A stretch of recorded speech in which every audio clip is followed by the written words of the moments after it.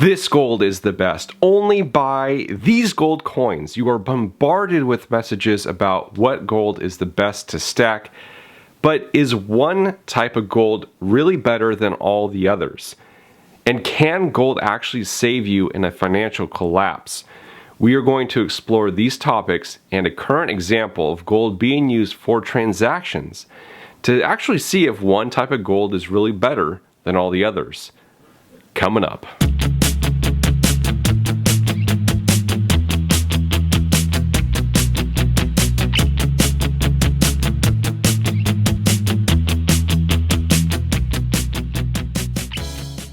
Hey everyone, welcome to Campbell's Coins.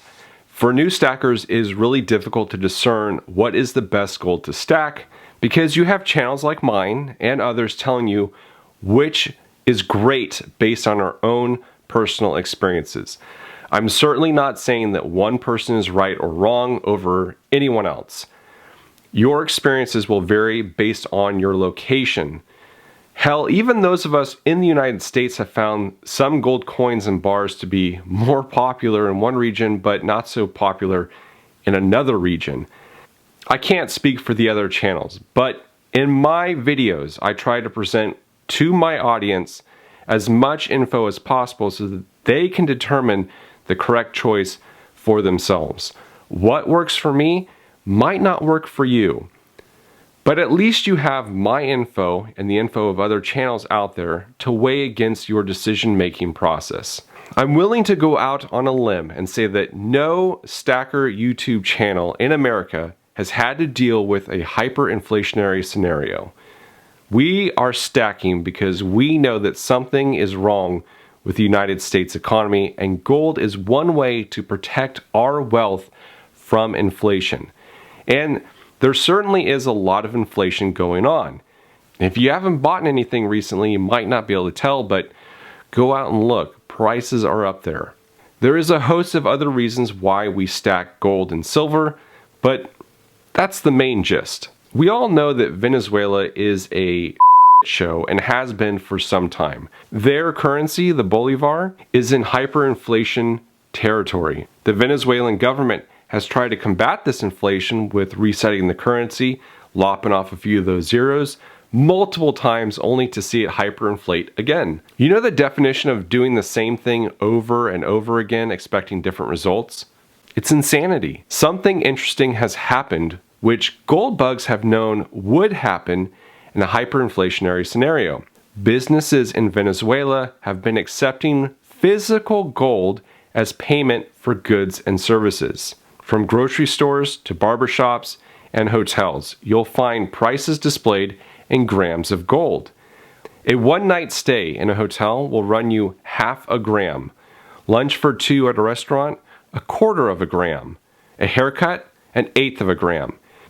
And for those of you who do not know, who are just new to stacking, here's what 1 gram of gold looks like compared to a US penny. As you can see, it's very small, very thin. People are paying with gold flakes that they mine illegally. People are paying with jewelry that had been in their family for generations just to feed their family. Basically any type of gold that they can get their hands on to use to feed their family. They are really in a desperate situation down there. What's curious is in different parts of the country, they are accepting different currencies and different forms of payment. All businesses within Venezuela must accept the bolivar, which they do reluctantly and then get rid of as quickly as possible. But specific regions of the country also accept other payments. For instance, in Caracas, to the north, they accept US dollars. To the west, San Cristobal, they accept the Colombian peso. In the southern part of the country, they accept the Brazilian real. And in the eastern parts, they accept gold. I find it curious because they are still using the very item which got them there in the first place, paper currency. Yes, those paper currencies are semi-stable right now compared to the bolivar, but the time for these other paper currencies to hyperinflate is really only a matter of time and recognition. But the use of gold is slowly spreading throughout the country. I found two extremely fascinating points in the story. First, the type of gold that they are accepting. Businesses are not being picky and only accepting pure gold. They aren't only accepting just American Gold Eagles. They are accepting gold in all forms, which is something stackers should really take serious note of. Business owners have been handling gold so much that they can judge the purity and the weight just by looking at it. Gold flakes, gold jewelry, it doesn't matter. They accept all gold. Myself and other channels tell people what type of gold is best, but that is from our own vantage of living in an economy that hasn't collapsed yet.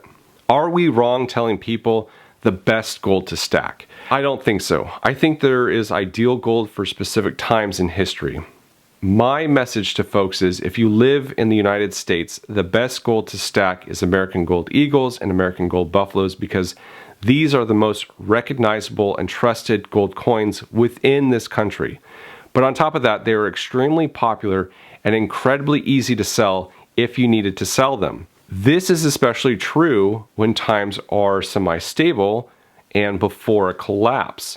During a collapse, it seems like anything goes, and you can use anything from gold shot to gold flakes to American Gold Eagles. I'm judging this based on Venezuela's collapse, but also the other collapses which have happened in the past, like Germany's financial collapse in the early 1920s. But a collapse doesn't last forever, and soon things start to get a little bit better, which is why I really like collectible gold. The second fascinating part of this story is I didn't hear any mention of silver being used. Does this mean that no one uses silver or silver coins? No, that it doesn't. I'm just not finding any articles about Venezuelans using it. It could be that the government removed gold and silver from the currency a really long time ago, so no one really has any, which explains why everyone is mining the gold illegally.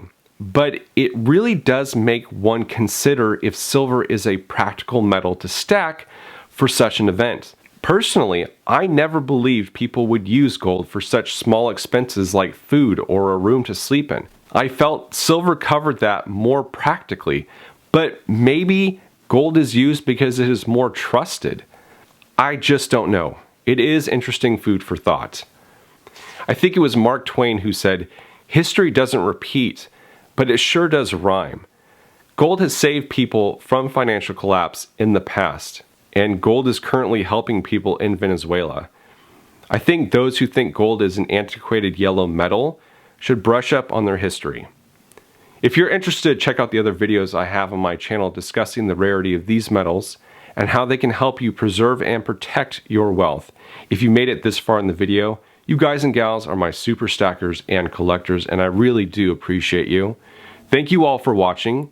This is Campbell's Coins, and that is my 2 cents.